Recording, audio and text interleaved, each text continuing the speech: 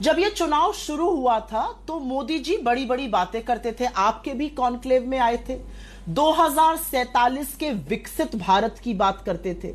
जैसे ही चुनाव शुरू हुआ, पहले चरण में वो मुगल, मटन, मुस्लिम पर आ गए, दूसरे चरण में वो मंगलसूत्र से लेकर आपकी भैंस तक आ गए, उसके बाद वो घुसपैठिए पर आ गए, पाकिस्तान का बिना सहारा लिए नरेंद्र मोदी जी 22 साल के अपने निर्वाचित करियर में कभी चुनाव नहीं लड़ पाए हैं, तो इस बार ऐसा कैसे होता। और तीसरे चरण का मतदान समाप्त होते होते तो उन्होंने अपनी आंखों की पुतली, अपने जिगर के टुकड़े, अपनी परछाई तक को नहीं बख्शा।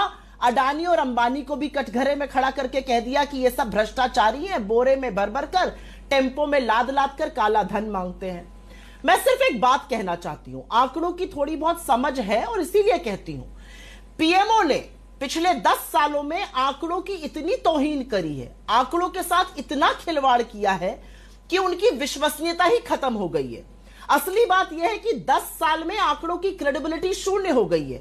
ये जिस prime ministers economic advisory council की आप बात कर रही हैं, उन्होंने 2011 की जनगणना के डेटा को एक्सट्रापोलेट किया है। ये सब जानते हैं ये डेटा तीसरे चरण के बाद क्यों आया है, ये सबको पता है। लेकिन मैं कुछ कहना चाहती हूं, prime ministers economic advisory council के पास बहुत गहन मुद्दे हैं।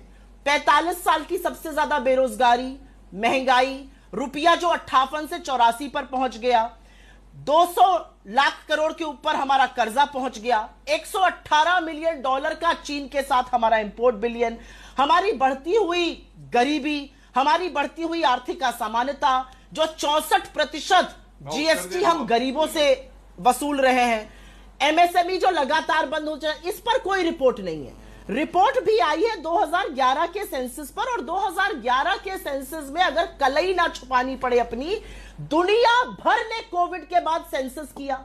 प्रधानमंत्री मोदी जी सेंसस से क्यों डर रहे हैं?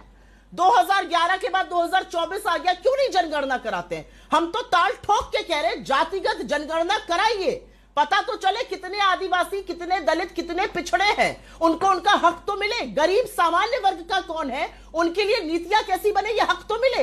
यही एक्सरे की तो हम बात कर रहे हैं, उस पर झूठ बोलते हैं मोदी जी। तो असलियत यह है कि चौथे चरण के मतदान के पहले मोदी जी ने अपने मित्रों को भी स्वाहा कर दिया। आंकड़ों की तो खैर उन्होंने क्या तफ्तीश लगाई है वो सबको दिख रहा है, लेकिन दुनिया जानती है कि यह चुनाव बेरोजगारी, महंगाई और गरीबी पर लड़ा जाना है। जब तक वो इन मुद्दों पर बात नहीं करेंगे, कोई उनकी बात में आने वाला नहीं है। ये देश उठ खड़ा हुआ है, मोदी जी जानते हैं पैरों के तले जमीन खिसक गई है। ऐसे ही थोड़ी अंबानी अडानी के ऊपर भ्रष्टाचार के आरोप लगा रहे हैं, टेम्पो में भर भर के पैसे की बात कर रहे हैं।